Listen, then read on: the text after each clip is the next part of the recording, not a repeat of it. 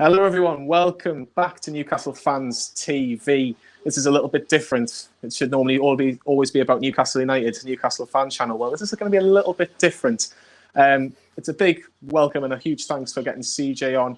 CJ, welcome to Newcastle Fans TV. Thanks for the invite, mate. Really glad to be here. Yeah. Well, as you can see, CJ is a massive Rangers fan, massive Rangers fan. And we're here to talk about one person that we both detest, and that is Mr. Mike Ashley. Obviously, there's been some massive news in regards to Mike Ashley and Sports Direct with Rangers, and hopefully, fingers crossed, there's going to be some with Newcastle as well in the near future. But CJ, for anyone that doesn't know, what is the big news about Mike Ashley and Rangers with part and company almost?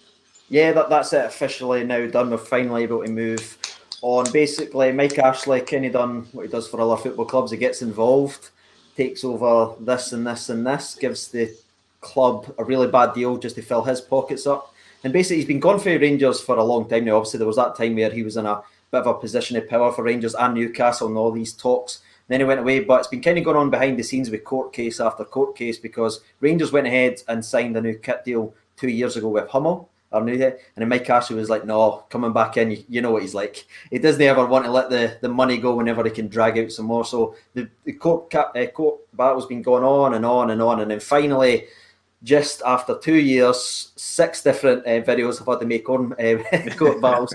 We are finally free of the man as we are now officially moving on from our commercial side of things. So no longer the supplier, and he's no longer in control or making money from the megastore out our stadium, because that was the big thing. I'm going to touch about them. Yeah, I was going to touch about the megastore in particular because I think that's really interesting what he's kind of done there, because it's very similar to what he's done at Newcastle. Oh, really? But he's really kind of been about for a little while, has Mike Ashley, and with Rangers Football Club, and obviously he got a 9% stake in 2014, and since then it's really kind of accelerated. Is it, from an outsider looking in, CJ, has he just tried to make a quick buck, but it's almost taken 6 years to do that almost? Yeah, that's pretty much when he was first linked the club. Obviously, there was a lot going on with Rangers at that time. I mean, that's a video in itself. But there was all these stories and all these people with dodgy backgrounds. When Mike Ashley was first attached to Rangers, I thought, you know what, this guy's got at least a bit of money. You know what I mean? I was thinking, like, at least we know that he's got this and he's got that. But it all kind of just shattered very quickly because it became quite clear to see what he was wanting to do for the football club. He said he would give us this and this money, he would put this money in. But then you started to realise the deals that he was working out for Rangers Football Club was, especially in the megastore, for every, like, the kits and everything, all the merchandise, we were getting pennies from all the pounds that he was getting. Literally pennies, lads. It was unbelievable. Of the merchandise of all Rangers, it was reported at that time, it was 95% revenue going to Mike Ashley and Sports Direct and 5% going to the football club. So to make it easier, for every pound that someone buys a new top or whatever, 95% of that's going into Mike Ashley's pocket, and it's not fair, is it? No, it really wasn't fair, and that's where obviously the protests and everything started. I know Newcastle fans have been doing the same with Mike Ashley this season. We've been kind of, it was always sad whenever you go to the games and everything. Like, the megastore should be a hub, you know what I mean, of your football club. People going in, spending, giving you money straight to the football club, but it was a graveyard. Honestly, there would be never anyone in for like the last 2, 3, maybe even longer years because of the terrible deal that was in place. It was unbelievable. It was funny because I've done a little bit of research on that, and again, I don't know if every Rangers fan has done that, but even now, if you were to go into Rangers megastore, there was tops of old players that have left the club, say 2 or 3 years ago. I think Rob Kiernan, I think it doesn't even play for Rangers anymore, and and there's still tops of, like, with his name. That's just the arrogance of the man. He just thinks because it's got Rangers in it, people are just going to buy it and he's just going to get the money. And people wasn't going in and buying his stock. So instead of replacing it with the new kits or trying to work out a deal, he's like, just keep them up. Lee Wallace is still up. You know what I mean? And he's obviously now at QPR and everything like that. You're like, come on now. That's the kind of man he is, eh? So when you look at Mike Ashley's tenure, CJ, and obviously he's appointed Derek Lambias, who again was very... in Newcastle, he had a big say to Derek Lambias at Newcastle. When you talked briefly about when they first came in, at least they've got money. Mm-hmm. Was there any Rangers fans thinking, have you seen what he's been doing at Newcastle for the last God knows how many years? Why are we doing business? Or was it just a case, we need money and we need money as soon as possible? Well, it's quite funny because that exact thing about, you've seen what he's done in Newcastle, my dad said, because my dad quite likes Newcastle. He's always a big fan of Alan Shearer, so that's kind of like his English side that he just paid attention to. like blue nose through and through, loves Rangers bits, but Newcastle was always, and he said to me, this isn't a good thing, and I was like, I know, but look at this and this and this, it's all around our football club. I didn't even really want to say the other Lichie's names, if I'm honest. I don't even say them on my channel. They're like swear words we didn't say. That's how bad. He said their name 3 times and they appear somewhere in the news. Honestly, that's how bad it is. But there was so much stuff going around. I went, at least he's got wee money. He seems interested, and like you probably saw when he first came to Newcastle, he says the right things. He comes out, he says he's going to invest this, and he's very particular with his points that he puts out, and you're thinking, right, he's got a plan, but then it's quickly, you realise just the plan is to make him money very, very quickly and rinse the club. That's exactly it. Yeah, he did, and he's obviously done that with both clubs, and he's done that very well, it has to be said. But even early on in Mike Ashley's tenure at Rangers in particular, CJ, in 2015, like Rangers fans protested over Mike Ashley's like plans to secure Ibrox and Murray Park. Obviously, Ibrox being the ground and Murray Park being the training ground. I think that was around about a £10 million loan, wasn't it? And again, it riled the Rangers fans, and he's done similar stuff with Newcastle in the past as well. Yeah, obviously, I saw that he changed St James's Park, one of the most iconic stadium names, to, obviously, was it Sports Direct Arena or something like that? There was rumours and all these whispers that he was going to do the same up here for Ibrox, and honestly, that was shot down. Like that the fans just would not accept that at all. Even the whispers, even if it wasn't true, he was wanting to change the name or anything like that, it just would not fly at all. People were just not allowing it. But that's the kind of guy he is. He wants his name everywhere, he wants his brand everywhere, he wants to use football clubs for his benefit. It's never about the fans, and he can say this and he can say that. And sometimes he did put a wee bit of money into Rangers at a time where Rangers badly needed money. That he did put a wee bit in. But if you look at it, it was all strings. It was loans that he got back, and it was terrible deals. It was about that 95% revenue here. It was all so smart the way he done it, and it's disgusting the way it happened. Why do you think it's taken so long for Rangers to get rid of him, and in particular, how to get a good deal? Because it seems to be that Rangers, and similar to Newcastle, it might be the same with Ortega, and we'll talk about that in a little bit later. But how has it taken this long for a club like Rangers to get rid of him? To be fair, because he kind of had the club kind of with their backs against the wall, with certain people that was in charge of that, he just terrible deals that was put in place, allowing them to match any merchandise deals we ever made. They had the first option to match that, and everything. He just got his roots so deep into the football club at a really bad time for the football club. Like I said, it was so smart business-wise for him, if you want to look at it that way, but disgusting to do that to a football club. And it's been kind of going on behind the scenes, like we said. Dave King, even when he was admitted he was stepping down at the AGM, and that's obviously the former Rangers chairman, says he was going to step down, but he would not leave the football club to go and work on his other businesses until the business was done with Mike Ashley. That's how personal it became between Dave King and Mike Ashley, and thankfully it looks as if Dave King won, and that's a bright thing for us. I hope it does, and I hope it continues like that. And obviously, I think it's till the end of this season. Obviously, your kit deal run, the commercial side of it, and obviously you've got 32 Reds still on board, and I think Unibet are coming in as well. I think they're like a sister team of together. But you talked about Ashley in particular over the years, and how he leeches football clubs and how he can take every penny possible. What would you say is the worst moment that you've seen with what Mike Ashley's tried to do? Was it potentially the kit? Because obviously there was a time where, I think obviously you talk about them having first say on any potential kit deal. Yeah. Do you feel you just wouldn't get that? I was going to say you wouldn't get that at any other football club, but I would imagine we probably have been in the same predicament as well, but perhaps. Mm-hmm. Yeah, like I said, we kind of mentioned it already, but see just the Megasaur, just seeing how empty it was and everything like that, because obviously I've been going for a lot of years, and always that's just a part of the football club. It's a part of the tradition. You go in, you buy your strips, you have, or even if you just buy these silly things and everything like, you meet your family there, you go in, but just seeing what he'd done, and all the protests when we wouldn't buy shirts, there was all that, we wouldn't buy any merchandise, and it was obviously hurting the club as well, because they were obviously require people buying their shirts and everything like that, but even when we were buying them, they're only getting a rumoured like 6 pence and everything like that to every pound. Again, that's not but that's what the rumour was out there. It's definitely 95% of the revenue and everything like that. But it's just bonkers. It was just a sad state of affairs what he left your club in. And I mentioned the other day when I was celebrating it, where we looked like we were away for them, that I did say about Newcastle. I talked about you, and I was like, I hope you get away from him, because I've seen some pundits, some English pundits, saying how good of a job he's done at Newcastle, but like I said in that video, all real fans know everything about their football club. Do you know what I mean? Football fans know about their club. There's any presenters and everything to tell you about your football club. We all know who it was, and he's a leech and a parasite. It's the big thing that Rangers have got is their control back, in the sense that We've got a they club can back. make the big decisions. Yeah, that's exactly. We've got control of our football club again, and that's one of the main things that was said in the comments. It's finally time to put the leeches of the past and the parasites and the mistakes, because we're kind of moving in the right direction. Obviously, we're not winning the league title and everything like that or anything yet, the cups and trophies that we want to do, but we're definitely making progress on the park and off the park. We're finally getting there. Like you see on your screen there was two people that really had the football club in a certain position, but we're away from that now, thankfully. And Mike Ashley was the last bit of poison, I like to say on my channel, that was around for that terrible time at the football club. He was the last bit.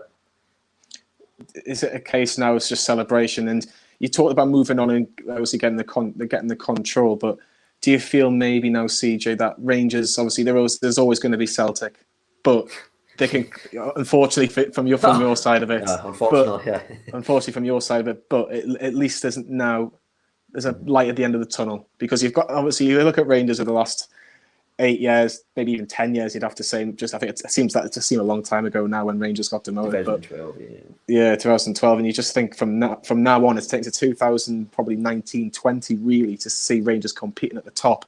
And obviously, the light at the end of the tunnel now is Mike Ashley going sports direct, not being part of it, and you're not desperate for that sort of dirty money almost. Yeah, that's a pretty good way to say it. They're even just like poisonous money, because you know for a fact it's coming with strings, but we're healthier now behind the scenes, and then you're seeing even on the park. Yes, we didn't win the title this year and everything like that. We don't know what's going to happen if the games are going to play out. Obviously, the games could play out, and there's other games to come and stuff like that. But you saw in the European run, Rangers are coming stronger. They're getting through at the last 16, everything like that. So it's finally now looking more positive. And obviously, it's a Newcastle channel. I'm sure he didn't want to talk in detail about that, but it's just showing you the light is there now, and we're starting to enjoy it briefly. And it's obviously, hopefully, just going to get better for there.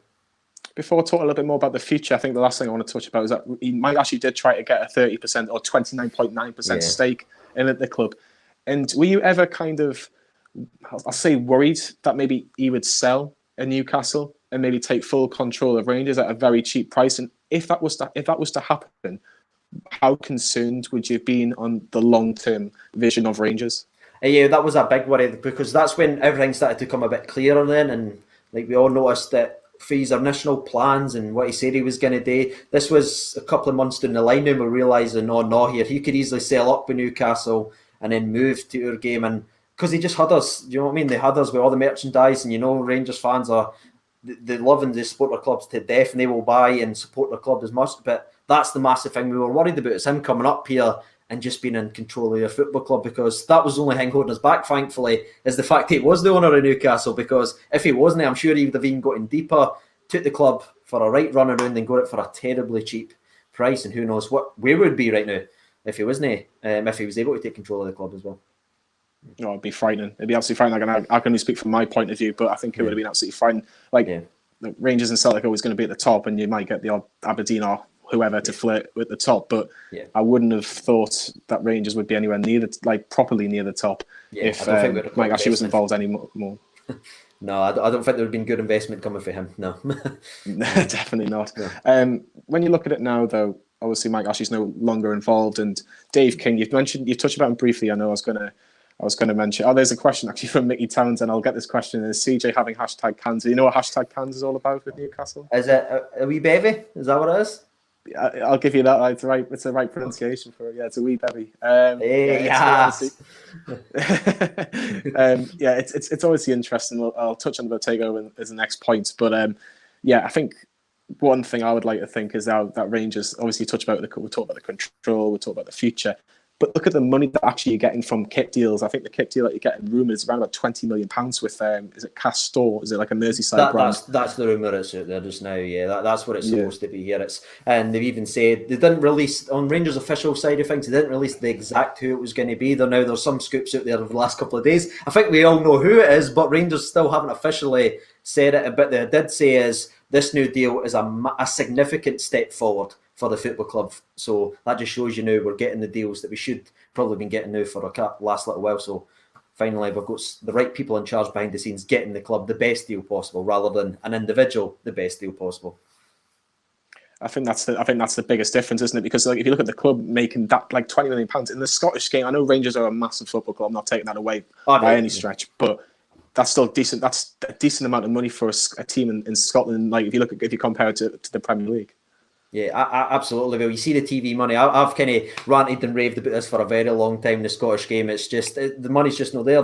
We don't even have a league sponsor. The SPFL doesn't have a sponsor, which I think's absolutely ludicrous. But that's another an argument for another time. There's very little TV deals and everything like that. But seeing a significant number like that, if it is, again, we'll wait for the confirmation. But we know it is a significant deal over the Hummel deal we had for the last 2 years. So it's massive for the football club, and you're going to see the benefits going forward, along with the European money obviously came in this year as well. What do you think the biggest benefits like Rangers could get from this? For getting rid of Mike Ashley? Yeah, it's just the togetherness now. You probably saw, we were watching that video, just seeing the reaction. People are just so happy. They can't wait to go into the store and buy all their stuffs again. They can't wait to buy their shirts. That's genuinely what it's all about. They're honestly buzzing. Like, and I am as well. Every time you mention it, I get a massive smile on my face because it was such a dark period. But he was the last bit of poison, and it's finally gone. Have you genuinely stopped going into the club store yourself or the mega store as well? How long did it take you to go, right, I'm not buying anything in there, I'm getting my own merchandise, or I'm just going to leave it until he's gone? Well, I think when everyone took a massive stance, because there were some people saying, they weren't going in because it didn't feel right. When it came out about the deal of having like the 6 pence for every pound and everything they got done and all this madness that came out, that's where everyone just went, hold on the phone. And like I said, you'd go to Ibrox and there'd be, the only people that would be in the mega store is the 2 people working there. Honestly, and they'd be sitting there, genuinely, that's it. There would never, ever be anyone in that mega store at all. And that's been like that now. Kids, it's scary to even say that. It's scary to even think about how long it's been. But again, there's people putting funny hashtags up about taking a trip to the mega store the first day it opens with a new stock. It's probably going to be a fun time. That the first day that opens up with a new stock, it's going to be interesting to see. Do you think there'll be thousands and thousands queuing around Ibrox just to get in? I honestly think there will be. I think that will be stocked like that because there was a wee store that opened up in Glasgow. It was kind of like a certain store online that was meant to be given a better percentage to the football club, and that stock was sold out within a day. So if you put that in the mega store, have that at the stadium, imagine everything's going to be gone, and it's going to be it's going to be a good time. It's going to be a good time. Yeah, I think one thing that we can say from our end of it, and I'll touch on our takeover very shortly, is that the actual club shop that we've got at St James's is actually right it's pretty much in the stadium. Very similar. Yeah, it's actually a Sports Direct shop. If you look at like actual Sports Direct shops, he's actually included that as a Sports Direct shop. And we've seen over the years like a Man United kits and different clubs kits over like being in the shop, and you're just thinking, hold on a second, you're sending out the wrong message here. Yeah, well, I've only ever been to St James's Park once. I was only lucky enough to go once with my dad when we were down south, and that's one of the things we noticed. They were selling Manchester United kits, they were selling Real Madrid kits and everything like that, and you're like, that's a bit unusual. But a couple of years later, we get Mike Ashley, and we know what he's all about as well. So, that was an interesting eye-opener. We'll touch about our takeover now. I'll say our takeover, a hopeful takeover rather. Yeah. Well, from an outsider looking in, CJ, when you look at it now, potentially a £300 million deal for Newcastle to potentially make them one of the richest clubs in the world, if not the richest club in the world, with Prince Mohammed bin Salman, with his wealth, and obviously Amanda Staveley's being the one that's forcing it through a company, PCP Partners. Mm-hmm. If this takeover was to happen, from an outsider looking in, would you believe that Newcastle could become more successful? Could they really challenge the top teams in England? I think 100%, and I've actually said as well when I was doing a discussion earlier on one of the shows that I do, and is all this talk about saying, it's no fair and everything. You can't say that. Newcastle's one of the most best supported teams. You saw it. You fill your stadiums up. You've been some terrible times yourself. You've been doing in the Championship. You've been back up. You've been doing. But given the opportunity and a fair platform, the money to go head to head with these boys that's been lucky enough to have takeovers and passing Paul Cleary's. Because I remember when you were fighting in the Champions League and everything, you were up at near the top of the league. But again, that was good times and everything as well. But the other clubs have came in now with money, and that's pushed you lower in the league. But if you get an opportunity to kind of match that, why should that not be celebrated? I hope they get it. You hope we do get it. Yeah. You hope we do get it, do you? Oh, 100%. Yeah. I even said that in my Mike Ashley, but I hope you get rid of him, you get your takeover, and you just get to celebrate as well. Because if you've been through the Mike Ashley hell, you deserve a bit of good. Do you know what I mean? We've all been through it. That was a good one. Aye.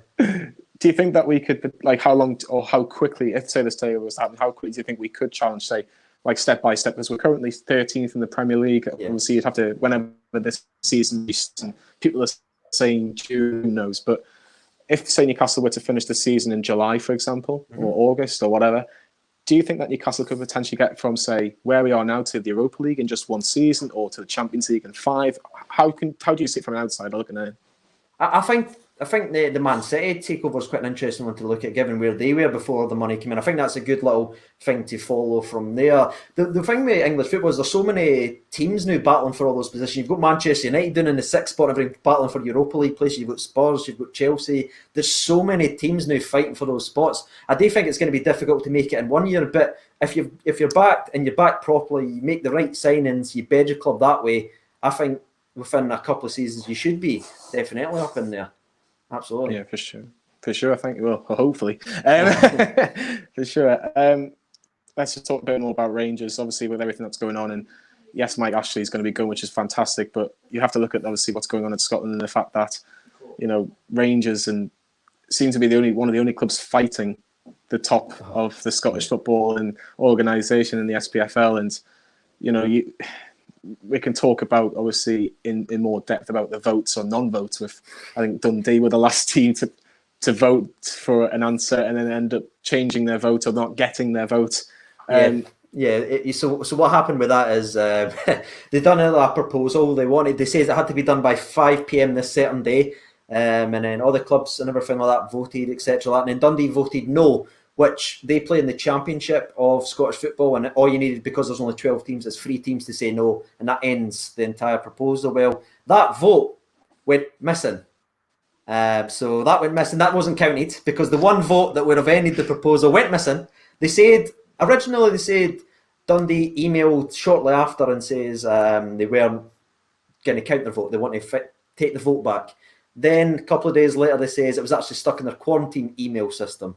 They couldn't find it, so that's why.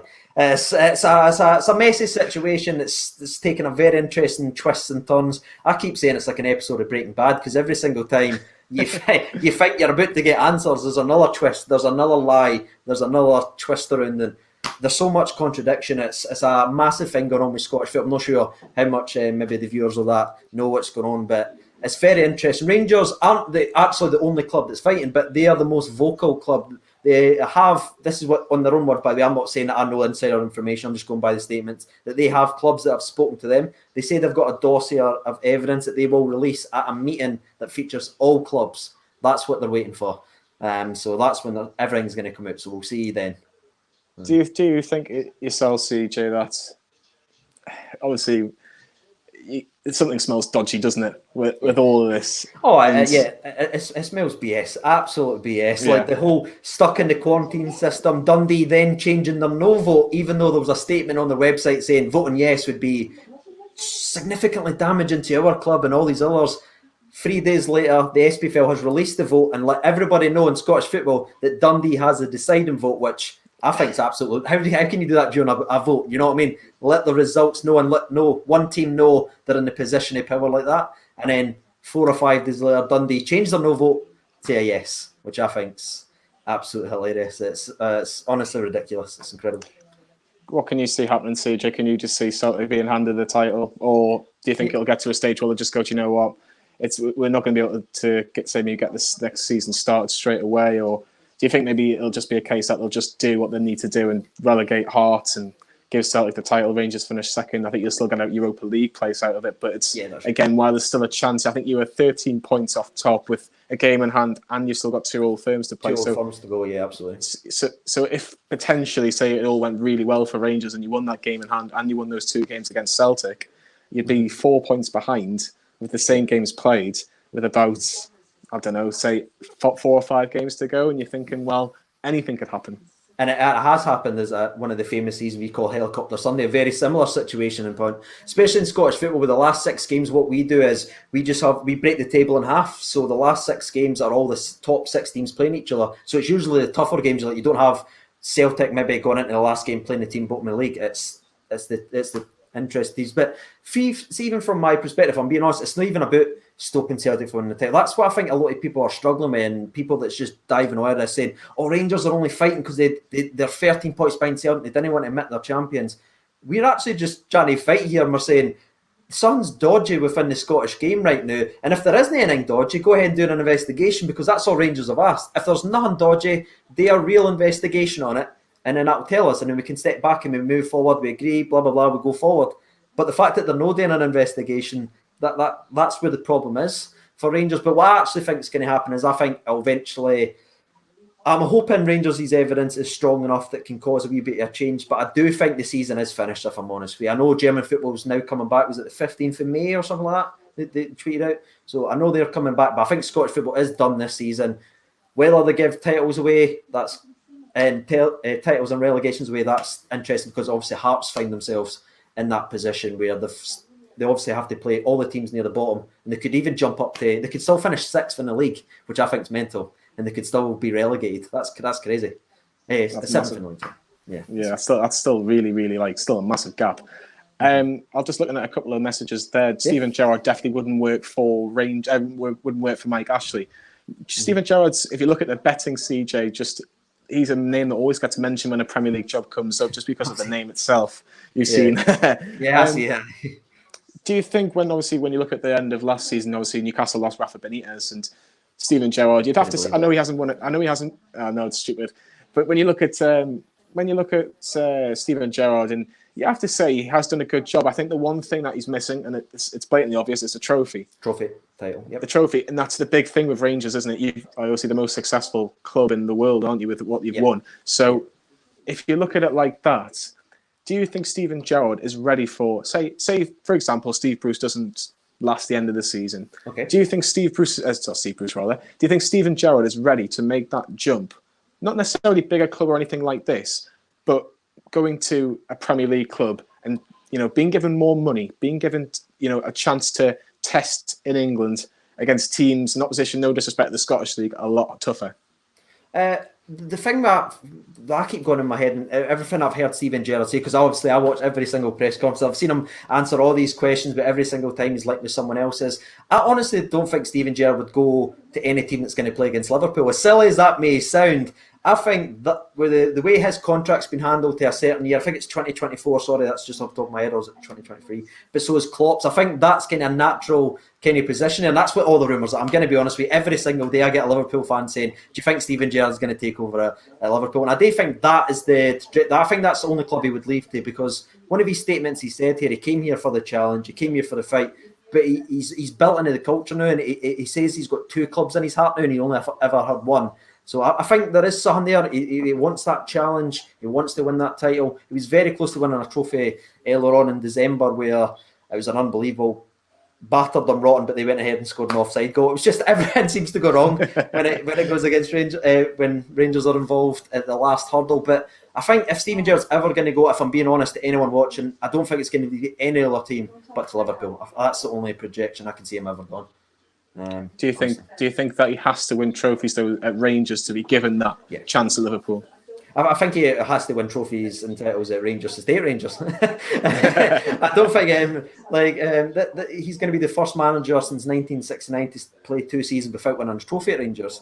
And that's because of the belief we have in this man. We've seen what he's done in a football club and what he has been transformed from a football club. And yes, people are frustrated in him because he's not won this or this, but we're definitely moving in the right way. We see it. We saw up to a certain point. Yes, there's still problems. Yes, he still makes the odd mistakes. He's only been in the job 2 years in management. I do think he is moving in the right direction, but I think he needs to win a trophy here first to stay here over the next season. That'd be nice, Stephen. But then eventually, I think that's his natural progression, is to go to Liverpool. I don't think he would manage against Liverpool. I don't know if that sounds silly or not.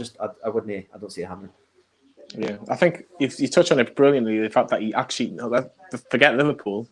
Can you do stuff at Rangers first? And I think that comes back to the question with obviously the Liverpool hierarchy, looking at Stephen Gerrard. Can you stop Celtic's dominance in Scotland? Can you maybe? He was very unlucky. You mentioned obviously the game against Celtic in the League Cup final. I don't know how he didn't score that day. I think it wasn't for a former Newcastle goalkeeper in Fraser Forster. I think he would have won that 3 or 4. But in all seriousness, does he have to stop Celtic? Obviously, I know there's a big thing about 10 in a row and all this, that, and the other, but does he have to stop 10 in a row, or does he have to at least win the Scottish Cup or the Scottish League Cup just to keep Rangers fans on the side? I think so. Like, I wouldn't say like there's a majority of people turning against one another, but we can see the progression. We've seen it in European football. The frustration with the Rangers fans is we're going to Braga and playing them, beating them. We're beating Porto at home, but then we're going and playing other teams in Scottish football and struggling versus teams near the bottom, losing back to back against teams at the bottom of the league. That's the frustration. We're trying to find that balance. But like I said, Gerrard's just 2 years into his first job ever in his management. He's going to make mistakes. But it's just learning for these mistakes. But I definitely think stopping 10 in a row is obviously a major priority. I think he went very close at certain points. Again, we don't know what's happening with the season so far. Still 2 old firms if it plays on and everything like that. So we're certainly not giving up the ghost or anything like that, of course, I know. But definitely winning a trophy has to be a priority for Steven Gerrard next year. I mean, it has to be in every aspect of it. Yeah, I think it's obviously a massive thing, isn't it? The Old Firm rivalry. And it's biggest in football, in my personal opinion. It is, I think. No, I was just going to say, because obviously with Newcastle Sunderland, I think every brutal Newcastle fan would go, do you know what? It's nothing like the Old Firm. I think the Old Firm is probably the most tense derby at all time. I think this is like a personal question just for myself. For someone that's never been to an Old Firm game, like between those Celtic and Rangers, just for maybe Newcastle fans watching that, will probably, you'll have silly fans that'll go, well, I've always wanted Celtic to win, I've always wanted Rangers to win, and when these games come up, what is it like, say at Ibrox, for example, when you go and watch these games? It's absolutely breathless. It honestly takes your breath away. I remember like some of my memories when I was a kid and everything like going with my dad, and just the pandemonium, and you're trying to understand it. And as you get older and you start experiencing other atmospheres, you learn to even appreciate it even more. Do you know what I mean? Like as a kid, you're loving it, you're bouncing about, but then you go to these places and it's great, you're excited. But then you go into that game and you can feel it the entire day. It doesn't just happen in the stadium. It's the whole day. You wake up, you're feeling it in the house, you're getting ready, you're meeting your dad, you're meeting whoever, you're going to the games, because I go with my old man all the time. Yeah. So it's the entire thing. It's genuinely breathless. It's for me. There's nothing like it. There's nothing like it. Best Old Firm memory? Best Old Firm memory actually features a former Newcastle lad by the name of Peter Livenkrantz. What a man! What my favourite best memory is the cup final. We went behind for John Hartson scored for Celtic. We equalised. They took the lead again. We equalised again, and then in the last, I think it was 20 seconds to go, maybe was it 13 seconds to go, Livenkrantz with a diving header over, bang, slapped it in, just there with my dad. Honestly, he threw me everywhere. Honestly, I didn't care where I landed. I was up everywhere. For me, it's still the best memory yet. And I know he's done some memories for years as well. He's a good lad. He's there's still songs about him now, to be honest. When we played West Brom in the FA Cup, and there was still a song about Peter Livenkrantz. It's actually just been on the chat there. Signed him on a free from Germany. Peter Livenkrantz. He was a player that cares, and he talks about his time at Newcastle. And I think, obviously, I know he works for Rangers now. Yeah, that's right. I would imagine whichever club he goes, if he was to go back in any capacity, he'd get a fantastic reception. But for me, he was just he could, he maybe ability-wise, and probably when you look at other maybe players around him, like other Rangers forwards, you think of, you probably think of like Ali McCoist's and people like that. Maybe technically or just on talent, he wasn't as good as them, but by God, did he put effort in.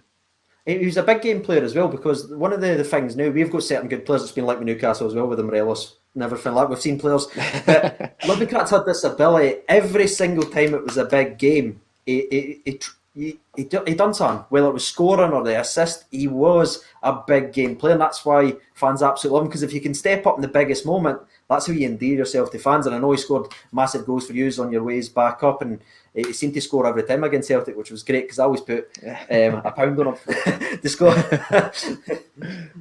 No, he scored some big goals. Just he touched about a little bit on Morelos there. It's always been a rumour about Newcastle being interested, and again, the prices change, depending on who you believe. Exactly, depending which paper's writing it. You're right. The people that are watching, maybe, and I've heard all about Morelos's behaviours over the last couple of years. I think he had like 5 or 6 red cards one year, but there is talent in that player, isn't there, CJ? Could you see him doing a job for a Premier League side, and how much do you think it would take Rangers to sell him? I honestly think he is, and he gets a real bad rep. But what's he doing right now? He's over in Colombia right now, supplying food and everything like that. He's been doing that the entire time. He's no way on holiday or anything. He went back home. He sends a portion of his wages every single week back to Colombia. He's so involved with his charity work. But the thing with Morelos is you can see the talent for him. You can see he's got it, but he just has that trigger. He's got that bit. I always put him to Diego Costa. Do you remember him?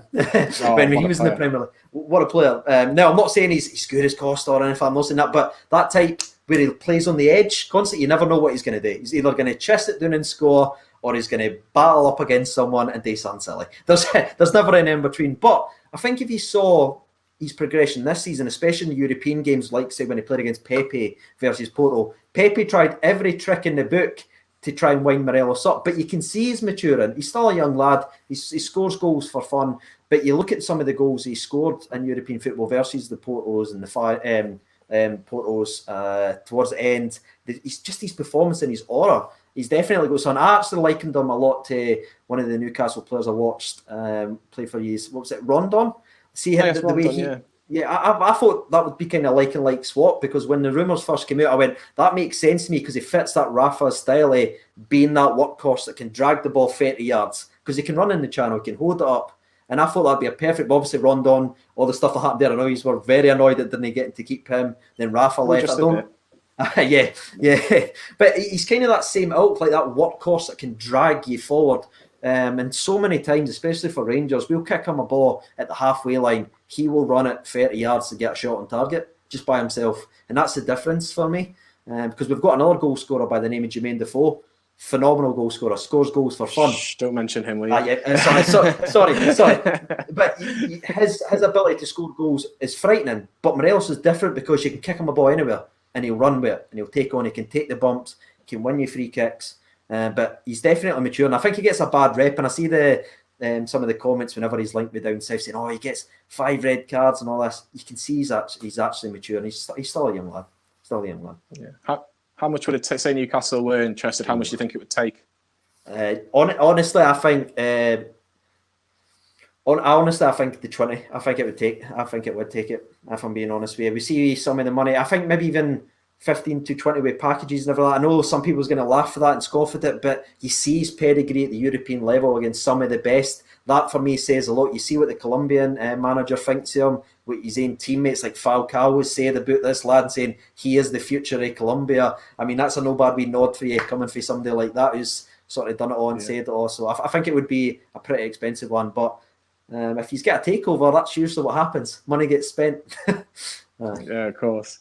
There's a comment coming in. Defoe's class for Rangers and Morelos is better because of his discipline. I think you've touched on it perfectly there, CJ. But I think one of the last things I want to speak to you about is the fact that you've talked about the games in Europe. Mm-hmm. And do you think that maybe has put the price tag up? Because if he's playing against, no disrespect, Hamilton, Ross County, Inverness, Caledonian Thistle, you're not going to get the same unless you're playing against teams like Porto and Braga, which you've done really well in. Yeah. Do you think if it wasn't for the fact he wasn't scoring against them, he wouldn't get the likes of, say £20 million, for example? Yeah, I think that's definitely adding to the price. And I can even see people laughing and joking about the price tag. But if you're seeing someone with Pepe on his back, dragging on 30 yards and getting a shot on target, taking a touch with his left foot, flipping up and scoring on the bottom left-hand side, doing it against some of the most toughened defenders in European football, that puts the price tag up for me. And his goal-scoring record in Europe's frightening. He just bet Larsson's record, obviously, scoring under a certain amount in a season. Smashed that to pieces this season. And he is getting better. Every single year you can see a natural progression. And whoever does get him, I've said it's going to be very, very lucky. If you can get him down, if you can get someone like a Jermaine Defoe to put his arm around him, keep his head the right way, I think you'll be very, very lucky wherever he goes next. And hopefully he's still at Rangers next season, because if he's getting better, for me, that's good. Scores goals. How long has he got left in his contract, CJ? Has he still got quite a long couple of years? Yeah, he actually signed a 4-year agreement just last season as well, like an extension. So 2022-23 season, I believe it is. So it's still quite a lot of money. So it's all on Rangers' side. So it's going to have to take a lot of money anyway. Yeah, just to get him out of that contract. Mm-hmm.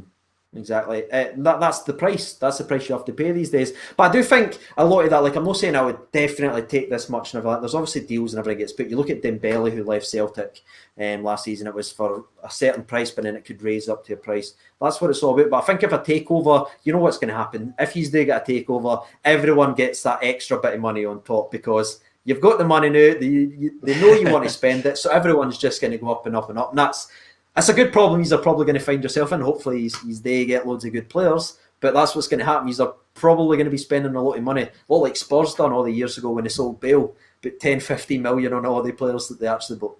Very similar. Well, hopefully, CJ. Hopefully, we can get some good business. And if Morelos does come on the market and he comes to Newcastle, then he might get in the same light as Peter Lovenkrands. But obviously, most importantly, the big news is Mike Ashley is leaving. And again, I can only say a massive thank you to you, CJ, for telling us a little bit more about what's been going on at Rangers and how you can celebrate with a few cans, hopefully. That's right. or a wee heavy, as you mentioned before, about how you can celebrate and hopefully the club moves on. But this is going to be the end of the stream, guys. A massive thank you once again to CJ with his input on everything. Mike Ashley, Glasgow Rangers, Sports Direct. And we'll see you all again very, very soon. That's not a problem.